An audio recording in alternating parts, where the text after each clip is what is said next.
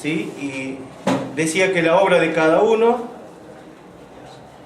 se hará manifiesta, porque el día la declarará, pues por el fuego será revelada, y la obra de cada uno, cual sea, el fuego la probará.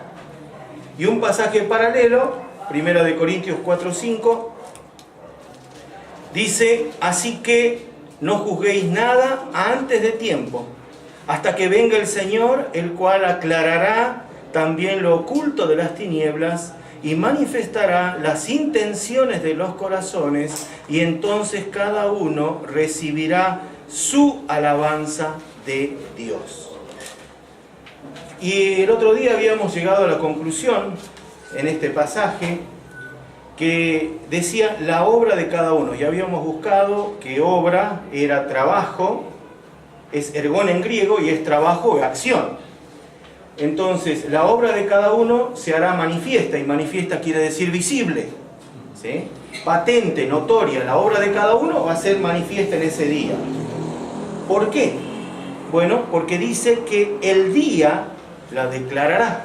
Y cuando veíamos en el griego día, se refería a un espacio de tiempo desde el amanecer hasta el anochecer, lo que me está hablando de luz. Y sabemos que Cristo dice: yo soy la luz del mundo. O sea que Jesucristo va a manifestar, que va a ser el juez, va a manifestar esas obras. O sea, Él la va a poner en evidencia, las obras, con su presencia nada más. Pero dice algo más: pues por el fuego será revelada. Y el fuego en griego es pur, y sabemos que dice Hebreos 12:29 que decía: porque nuestro Dios es fuego consumidor. Y cuando hablamos de fuego en las Escrituras, nos estábamos refiriendo a la santidad de Dios.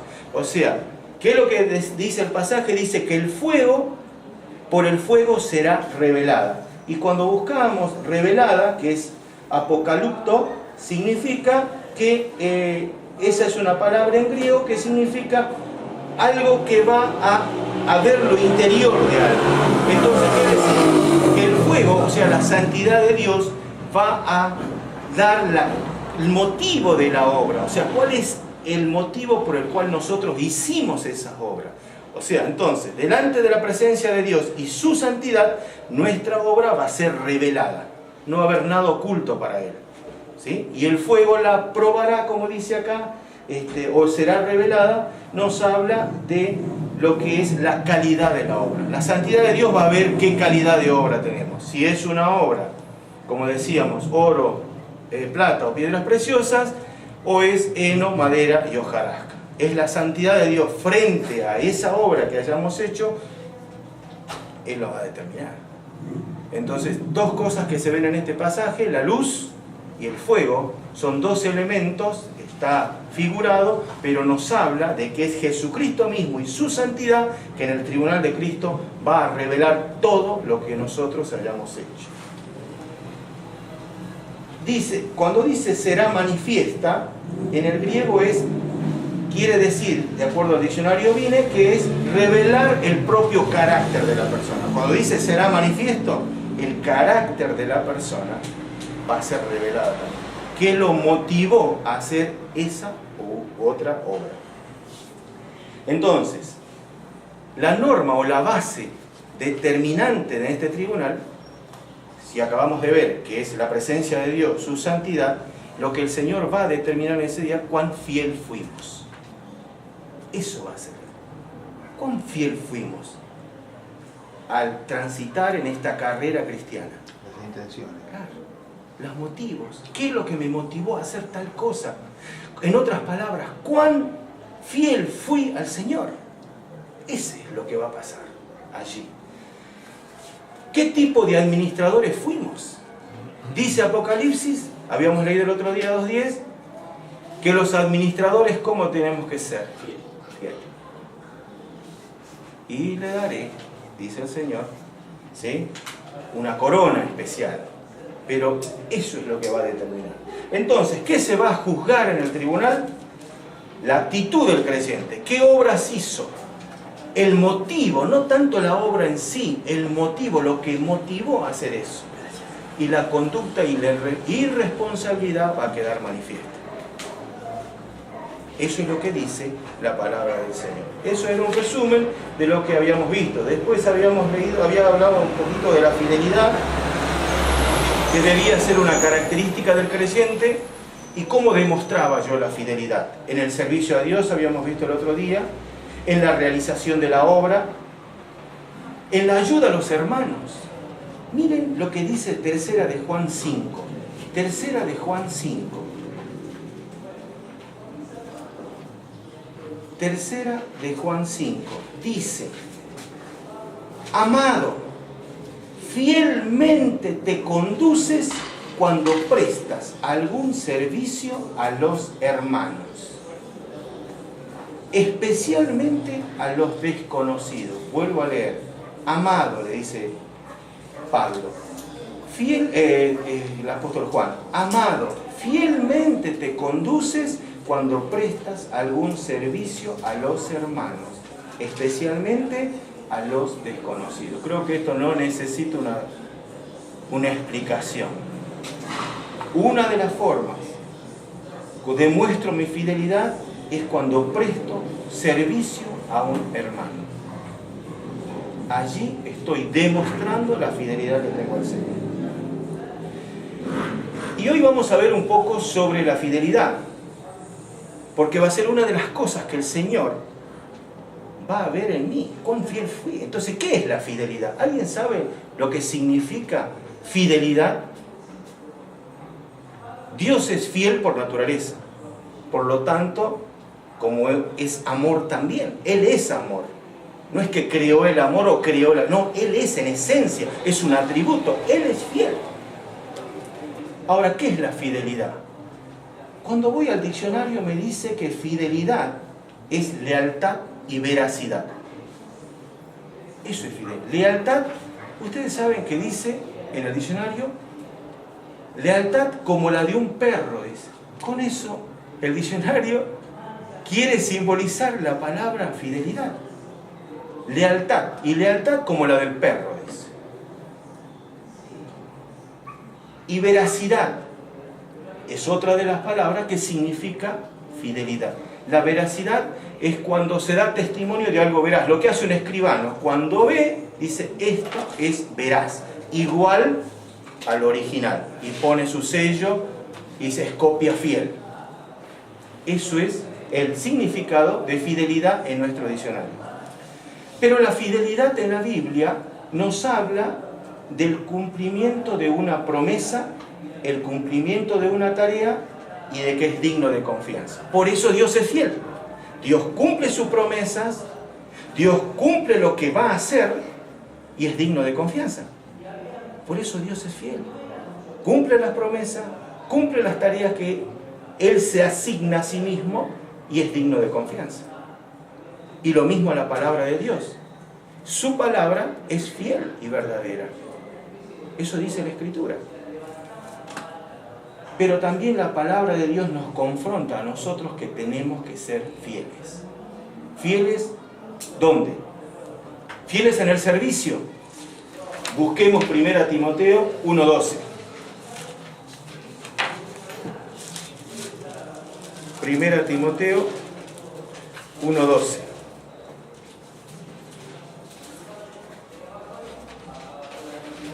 Dice el apóstol Pablo, 1 Timoteo, capítulo 1, versículo 12. Doy gracias al que me fortaleció, a Cristo Jesús nuestro Señor, porque me tuvo por fiel, poniéndome en el ministerio. O sea que la palabra de Dios nos confronta, nos exhorta a ser fieles en el servicio. También en 1 Corintios capítulo 4. Ahí, perdona Enrique, Sí. Leía el versículo 13 del mismo capítulo de Timoteo. Fíjate Sí. que dice, habiendo yo sido antes blasfemo, perseguidor e injuriador, mas recibido a misericordia porque lo hice por ignorancia e incredulidad.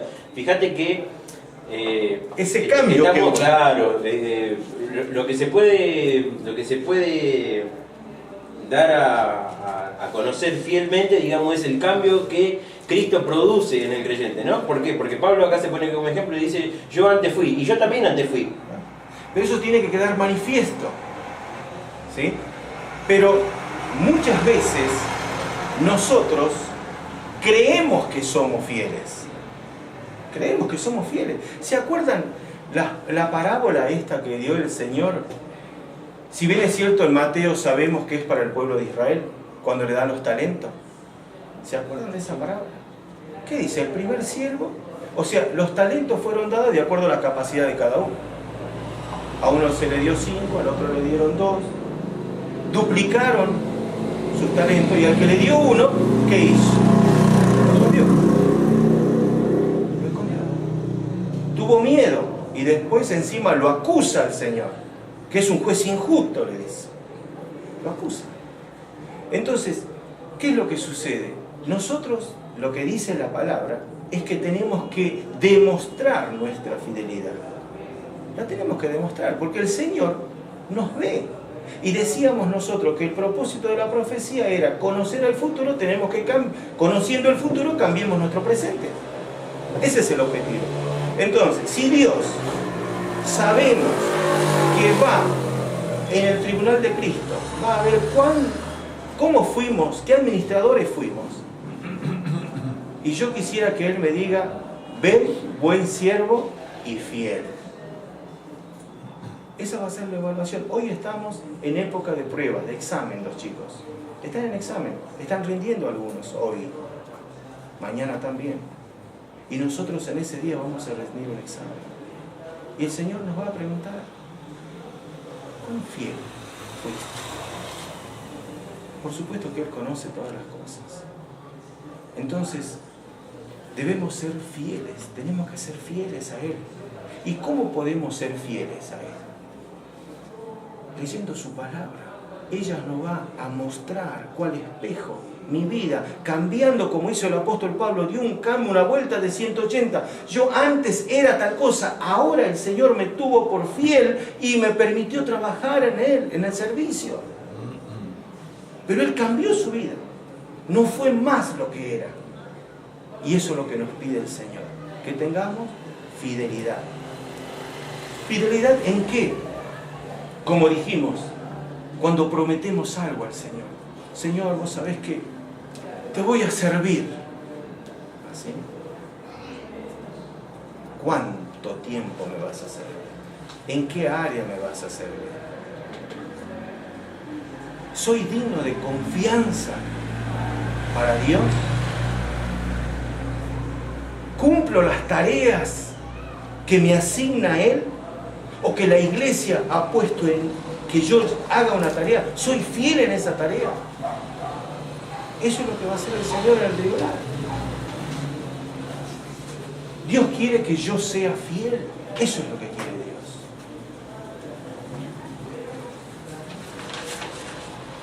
Y ahora la pregunta es, ¿cuáles son los principios que Dios va a examinar en el tribunal de Cristo? ¿Qué principios va a pedir que yo tenga? ¿Cuáles son los principios que usa el mundo? ¿Qué valora el mundo? La honestidad. ¿Valora la honestidad el mundo? ¿Valora la fidelidad? Cuando una persona es infiel, vamos al plano matrimonial, cuando es infiel, hacen una novela con la infidelidad. Entonces, la fidelidad es un valor que el mundo no tiene. ¿El mundo qué valora? La fidelidad no valora, la humildad no valora, la sinceridad no valora, no es noticia. Entonces quiere decir que los valores que tiene el mundo son distintos a los valores de Dios. Totalmente distintos. ¿El mundo qué valora? Una mente amplia, entiende todo, el poder, el éxito valora. ¿Cuán exitoso sos? Pero no es, para Dios no son esos los valores. ¿Cuáles son los valores de Dios? La fidelidad, como acabamos de ver, sinceridad, humildad. ¿Cuán humilde fui? ¿Cuán íntegro fui? La moralidad. ¿Cuán moral fui yo? Honestidad. Esos son los valores que Dios tiene como principios y quiere que yo como hijo de Dios lo asimile y lo entienda y a través y por el poder del Espíritu Santo yo pueda cambiar. Entonces, si sabemos que esos son los valores que Dios va a ver frente al tribunal, este es el momento que yo tengo que empezar a cambiar mi vida. Y los quería llevar y los invito ahora a que busquemos Apocalipsis capítulo 3, versículo 17. Estamos respondiendo una pregunta: ¿cuáles son los principios que Dios examinará en el tribunal de Cristo? Apocalipsis capítulo 3, versículo 17. El que lo tenga, que lo lea.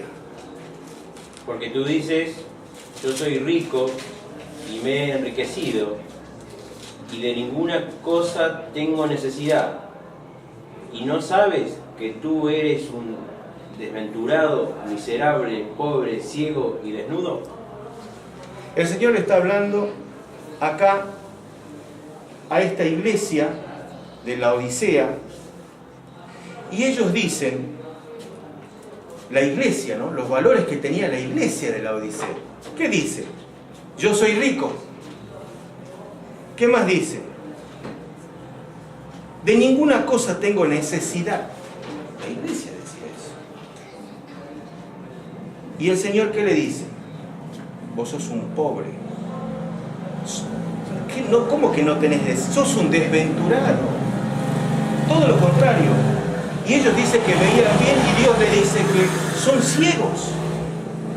Entonces los valores de Dios son distintos a los valores que tenía esta iglesia. La iglesia creía que estaba haciendo bien, que era fiel. Pero el Señor le dice todo lo contrario. Dice, porque tú dices, yo soy rico y me he enriquecido y de ninguna cosa tengo necesidad. Y no sabes que tú eres un desventurado, eres un miserable, pobre, ciego y desnudo. Todo lo contrario. ¿Y qué dice el 18? Por tanto, yo te aconsejo que de mí compres oro refinado en fuego. Ahí está. Y la pregunta que había quedado pendiente en la clase anterior era, sabemos que Dios es un Dios de amor, un Dios misericordioso, un Dios que te dio, te regaló la salvación, te regaló la vida eterna. Él siempre regala. Es un Dios dadivoso, pero acá ¿qué te dice? Acá hay algo que yo no te voy a regalar. Vos lo tenés que comprar. Yo no te voy a regalar. Vos vas a tener que comprar. ¿Qué dice? Por lo tanto, yo te aconsejo que de mí, dice el Señor, compres oro refinado en fuego. Ahí sí, si compras ese oro refinado en fuego, ¿qué vas a hacer? Allí sí vas a ser rico. Allí sí vas a tener vestiduras blancas para vestir. Y vas a tener y vas a poder ver bien. Ahora la pregunta es, ¿ustedes saben que es el único pasaje donde el Señor dice, compra de mí oro refinado? Él siempre te da. Él es un Dios de amor, te regala todo, pero acá dice que hay algo que tenemos que comprar de Él. Y yo los quisiera llevar... Te comento para sí. no salir de ahí, porque es muy profundo. Sí, esto es muy profundo. Resulta que la Odisea tenía todas esas materias. Claro. Tenía el agua de colirio, que era muy buena para los ojos. Tenía el oro, que era bastante bueno. Había en esa localidad. Muy comercial. Tenía vestiduras de las mejores. Es decir, todo esto, cuando uno lo traslada a la iglesia, me hace pensar que es lo que Pablo le dice de no usar las cosas del mundo, en el sentido figurativo, ¿no es cierto? Parece que ellos se apoyaban un poco en eso. Yo tengo esto, tengo el oro, tengo riqueza, ¿no? Me siento bien. Pero esto el Señor lo traslada a la iglesia. Por eso dice, lo traslada a la iglesia porque habría quienes no eran del Señor. Fíjate lo que dice el 16. Eres tibio. No eran ni frío ni caliente. Este era el gran problema. Por eso te digo que es muy profundo el texto este. Porque dicen, uy, mirá, Entonces el Señor, un creyente tibio lo puede ver. No, no. Estamos hablando de gente que no parecía ser, pero no era.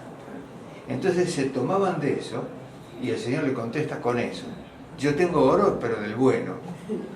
Yo tengo vestiduras blancas, pero de las mejores. Tengo para cubrir tu desnudez. Y tengo el mejor oro y tengo, ¿qué más dice? El colirio. El mejor colirio tengo yo. Yo estaba mirando, Quique, el comentario del doctor Carlos Magui. Sí. Y hace todo un comentario larguísimo sobre el agua tibia. Pasa a un plano más sencillo, dice, el agua tibia no la podés tomar para calmar la sed. No, el porque problema, te provoca. claro, el problema era ese, ellos tenían agua.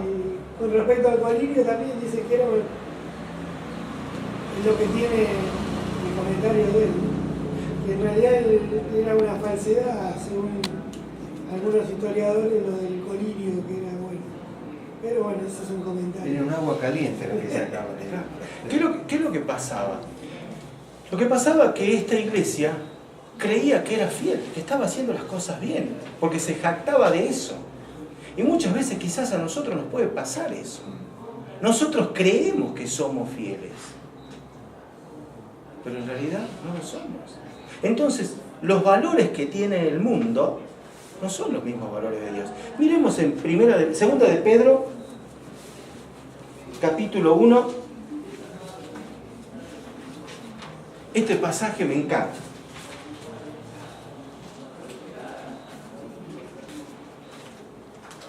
Segunda de Pedro, capítulo 1.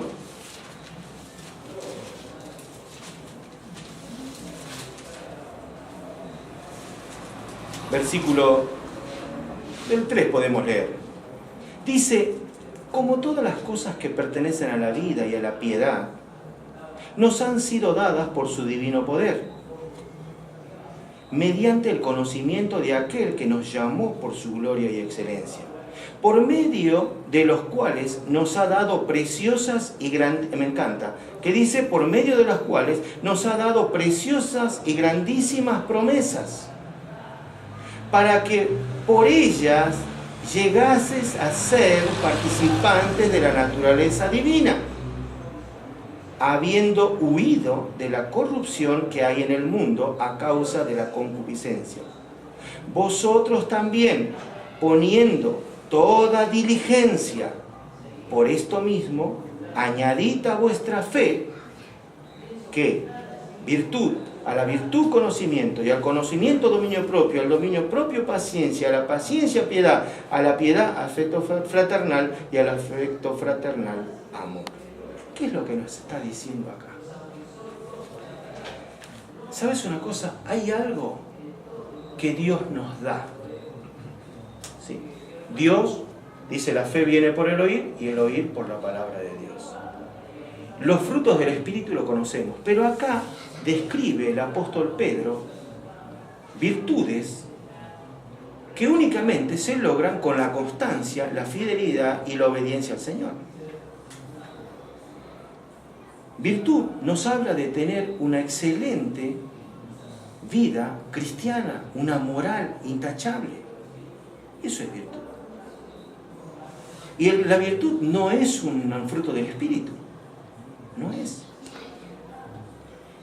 El conocimiento no es un fruto del Espíritu. Nosotros sabemos cuáles son los frutos del Espíritu. ¿Cuáles son los frutos del Espíritu? Amor, gozo, paz, paciencia, benignidad, bondad, fe, mansedumbre, templanza. No está. Entonces hay cosas, virtudes que nosotros tenemos que trabajar en nuestra vida. Humillarme delante del Señor, ¿sí?, y esmerarme en esto para que el Señor vaya llenando mi vida, llenando todo mi ser y yo pueda adquirir. Dice que el apóstol Pablo decía, lo que quiero hacer, eso no lo hago todo lo contrario. Pero, decía él, todo lo puedo en Cristo que me fortalece. Hay cosas que tenemos que hacer y no son frutos del Espíritu. Son los valores eternos que Dios quiere ver en cada uno de nosotros. ¿Qué quiere ver? Dice que a nuestra fe, esto es una orden, añadid. Vos lo tenés que hacer. Virtud, conocimiento. ¿Cómo adquiero conocimiento de Él? ¿El Señor me va a regalar el conocimiento? ¿Me acuesto a dormir, me pongo sobre la Biblia y llega el conocimiento a mi vida? No. ¿Qué tengo que hacer? Debo trabajar, hacer un esfuerzo. Yo sé que tengo que estudiar las Escrituras, tengo que leer la palabra de Dios. Eso lo tengo que hacer. Y si no lo hago,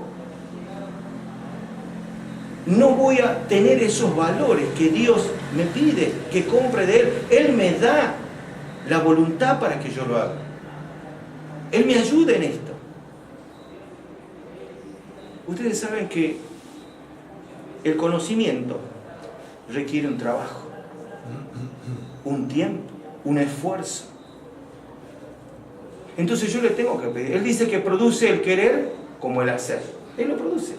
Entonces, Señor, yo sé que tengo que estudiar las Escrituras.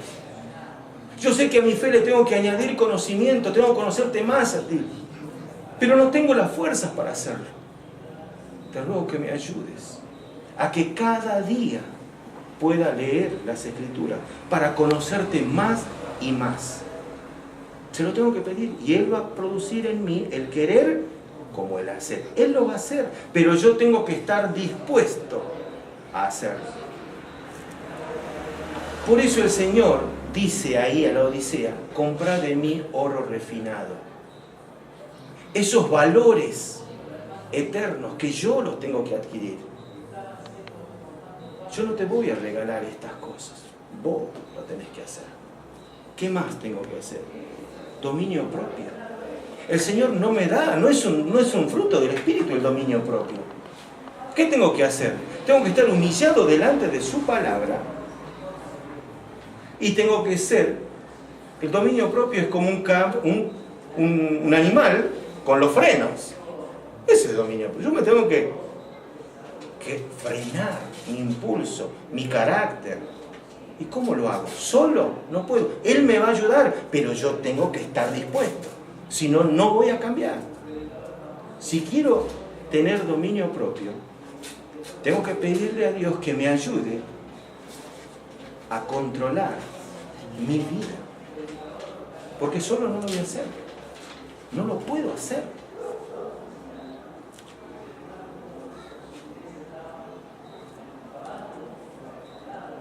Y dice que, y lo que se va consiguiendo es en forma sucesiva. Añadid a vuestra virtud, a vuestra fe, virtud. Una vez que tenga la virtud, voy al conocimiento. Una vez que tengo el conocimiento, sigo por el dominio propio. Si yo conozco lo que dice las Escrituras, lo que Dios me ordena, entonces voy a poder tener lo que me dice el dominio propio. Conociendo su palabra va a actuar en mi vida y voy a poder alcanzar el dominio propio, que es algo que tengo que añadir a mi fe. Y así sucesivamente. Estas son las cosas que dice el Señor que yo tengo que comprar de Él. Son cosas que yo tengo que hacer, que no es fruto del Espíritu, pero son cosas que yo tengo que hacer en mi vida. Él está dispuesto a ayudarme, pero yo tengo que ser material dispuesto para transformar mi vida. Si yo no quiero cambiar, no voy a cambiar. Voy a seguir con mi carácter, no me voy a dominar, no voy a tener conocimiento, voy a ser un niño espiritual toda mi vida y voy a estar fluctuante. ¿Qué dice 1 de Pedro 1:7?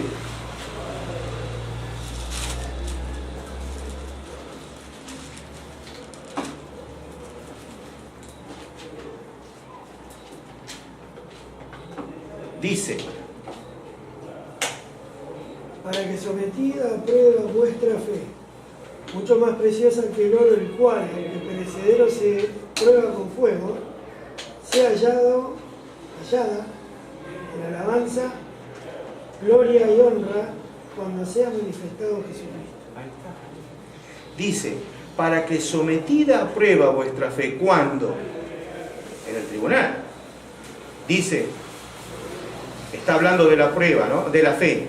La fe dice que para que sometida a prueba vuestra fe, mucho más preciosa que el oro, acá deberíamos poner un paréntesis, mucho más preciosa que el oro, el cual, el oro, ¿no? En que perecedero se prueba por fuego, y después sigue con el concepto de la fe. La fe sea hallada en alabanza, en gloria y honra. ¿Cuándo? Cuando se manifieste el Señor Jesús.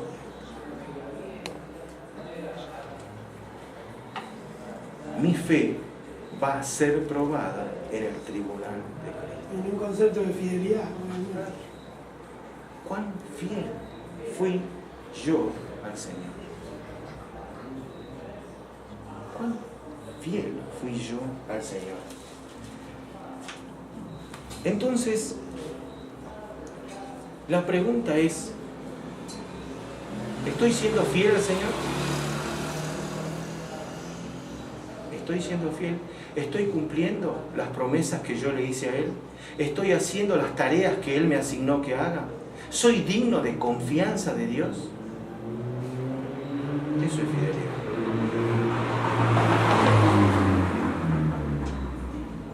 Dios tiene confianza. Dios me va a asignar una tarea para que yo haga si Él tiene confianza. Y si soy fiel, dice el apóstol Pablo, que lo tomó por fiel, por eso le asignó una tarea en el ministerio. Entonces, ¿cuán fiel le estamos siendo al Señor? Si sabemos que va a ser el parámetro, la base, la norma en el tribunal de Cristo, hoy tenemos que empezar a transitar por ese camino de la fidelidad. Sí.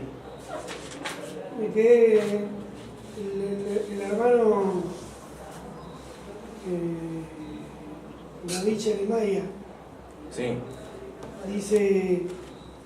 dice ¿no? una pregunta que es muy fuerte, cuando la tiro también para pensarla. Dice, a veces me pongo a pensar si cuando estoy solo no hago ciertas cosas por miedo a que un día se manifieste, o verdaderamente soy consciente de que tengo que tener esa fidelidad tan personal delante de Dios. En otras palabras sería, ¿yo le soy fiel a Dios por temor o porque lo amo a Él? Porque puedo ser fiel obligado y no es la intención de mi corazón. Yo sé que Dios un día, y bueno, listo, y vengo todo, entonces cuando la reunión, en vez de terminar a las 9, termina a las 9:30 y me siento mal, ya estoy ofuscado. Entonces, hermano, el Señor ve las intenciones porque viniste.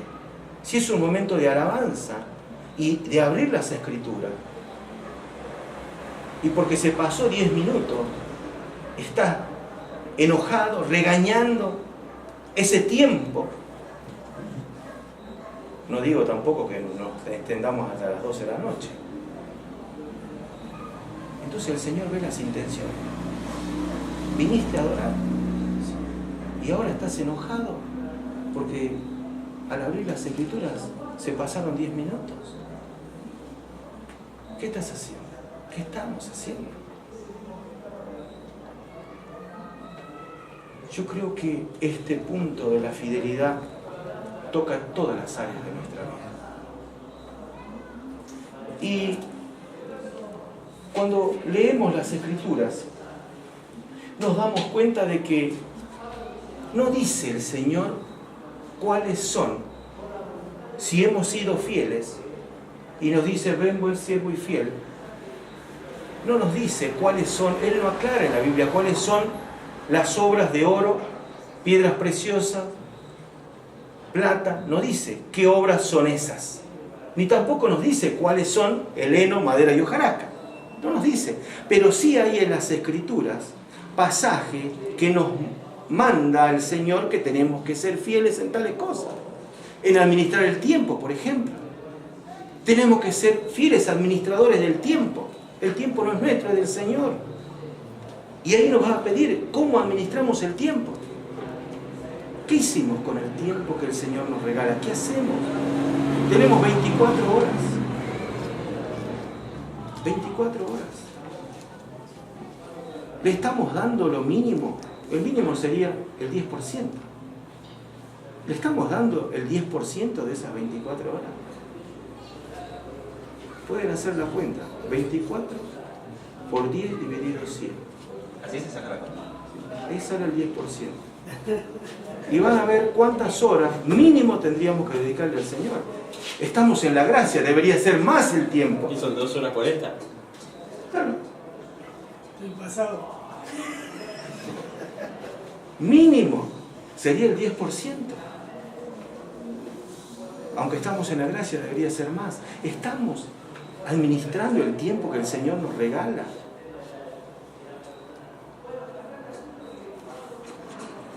Y hay algunas cosas que quisiera llevarlos a meditar. Algunas preguntas, yo estoy hablando y capaz que hay cosas que los hermanos desean preguntar. No nos dice la palabra de Dios cuáles son las obras de oro, piedras preciosas. Pero miren lo que dice Hebreos 6:10. Dios está interesado en algunas áreas especiales de nuestra vida. ¿Qué dice Hebreos 6:10? Porque Dios no es injusto para olvidar vuestra obra y el trabajo de amor que habéis mostrado hacia su nombre, habiendo servido a los santos y sirviéndoles aún. ¿Se dan cuenta? En otras palabras, ¿cómo tratamos a nuestros hermanos?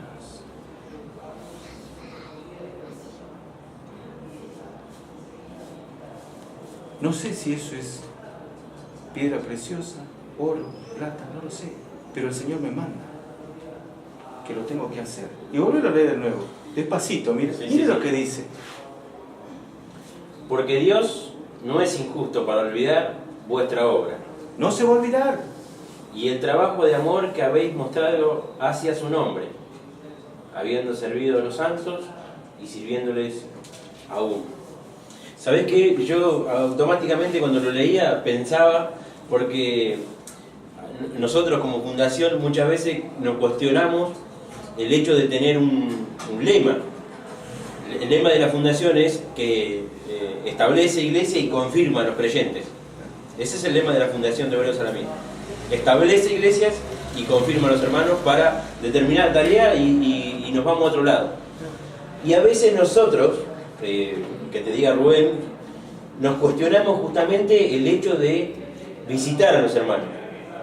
¿Por qué? Porque hay un lugar, anoche lo veíamos con Miriam en casa, estábamos mirando un video que voy a proyectar este fin de semana, estábamos mirando un hermano que se dializa toda la semana y viene el fin de semana a ocuparse de la obra en determinado lugar. Y el hermano está pidiendo, por favor, me contaban los hermanos, dice que él ese día a la mañana cuando ellos llegaron estaba orando diciéndole al Señor, Señor, envíame obreros. Y aparecieron ustedes, dice. Fíjate vos este pasaje de lo que te habla. Con qué claridad habla el Señor en cuanto a el poder ayudar a los hermanos que por ahí están necesitando continuar con la obra, que se siga la obra, que no se cierre la obra, porque en tantos lugares, en cuántas provincias tenemos testimonios cerrados, ¿no? Y a veces pensamos, y nosotros nos cuestionamos como fundación, el que el viajar a visitar a un hermano es por ahí no estar cumpliendo con el lema que tiene la fundación. Fíjate cuán importante, ¿no? Muchas veces cómo Dios te hace ver con claridad. Pablo hacía eso. En el primer viaje fundaba iglesias y después los iba a visitar y después los volvía a visitar de nuevo. Claro, y cuando no iba él, mandaba a los hermanos. Claro. Sí. Todo para confirmar que estén diciendo. ¿Qué dice 2 Timoteo 1:6? Otra de las áreas que Dios está interesado en nuestra vida. 2 Timoteo 1:6. Y yo voy a buscar.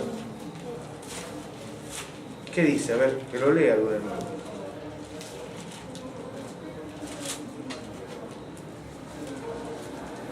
Por lo cual te aconsejo que avives el fuego del don de Dios que está en ti, por la imposición de mis manos.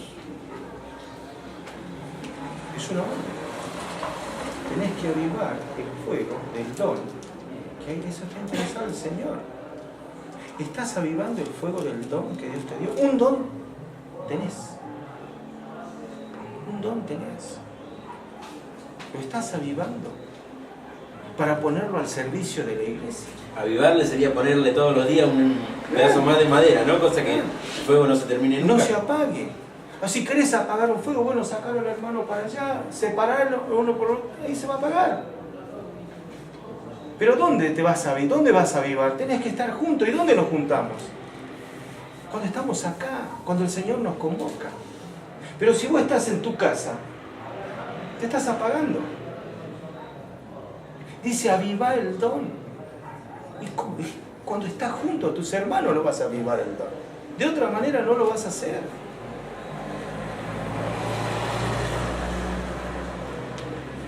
Dice 1 Timoteo 6, 17 y 19.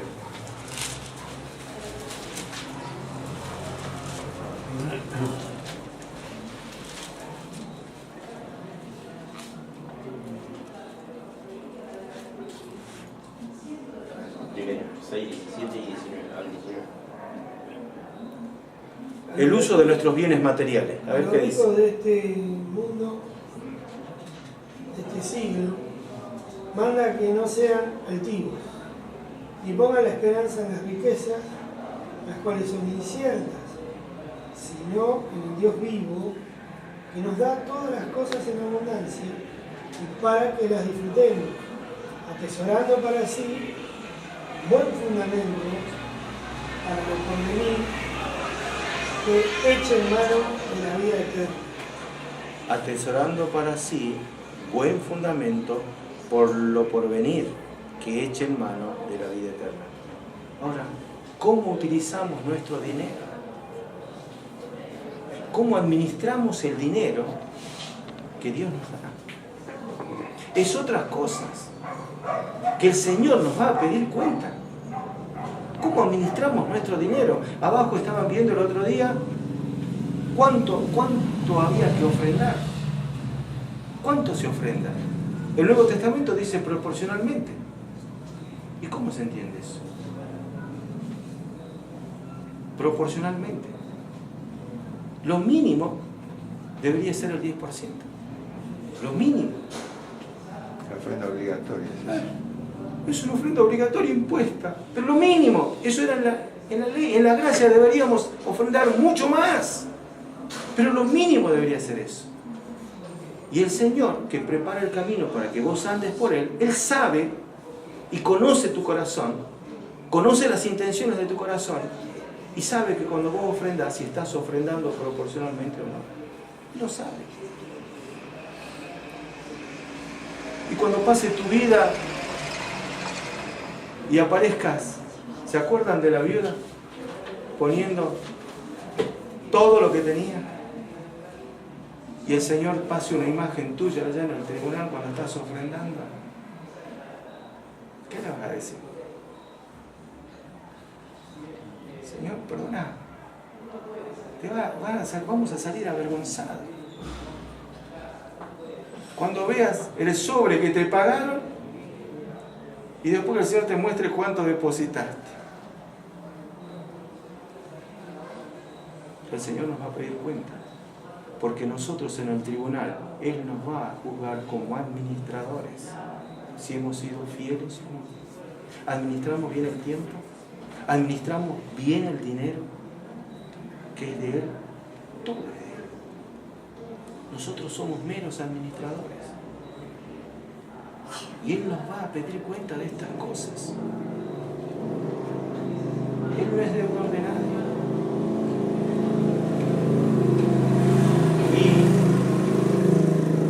Primera de Corintios capítulo 9, 24.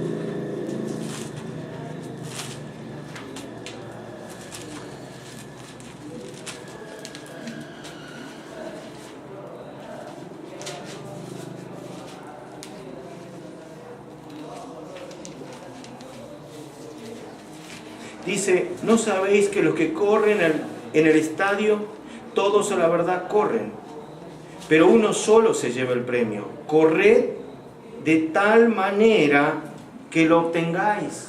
Esto es desafiante. Esto te desafía. No es correr por correr la carrera cristiana. Ahí, bueno, vamos, no. Dice corred de tal manera que lo obtengáis. Todo aquel que lucha, de todo se obtiene. Ellos a la verdad para recibir una corona corruptible, pero nosotros una incorruptible. Así que yo de esta manera corro, no como a la aventura. De esta manera peleo, no como quien golpea el aire, sino que golpeo mi cuerpo y lo pongo en servidumbre, no sea que habiendo sido heraldo para otros, yo mismo venga a ser eliminado. ¿Qué está diciendo? ¿Que va a perder la salvación? No. El apóstol Pablo está pensando en el tribunal.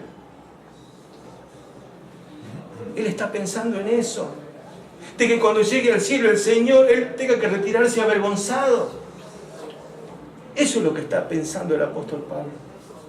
Y el consejo que le da a los corintios: corran la carrera de tal manera que lo obtengan.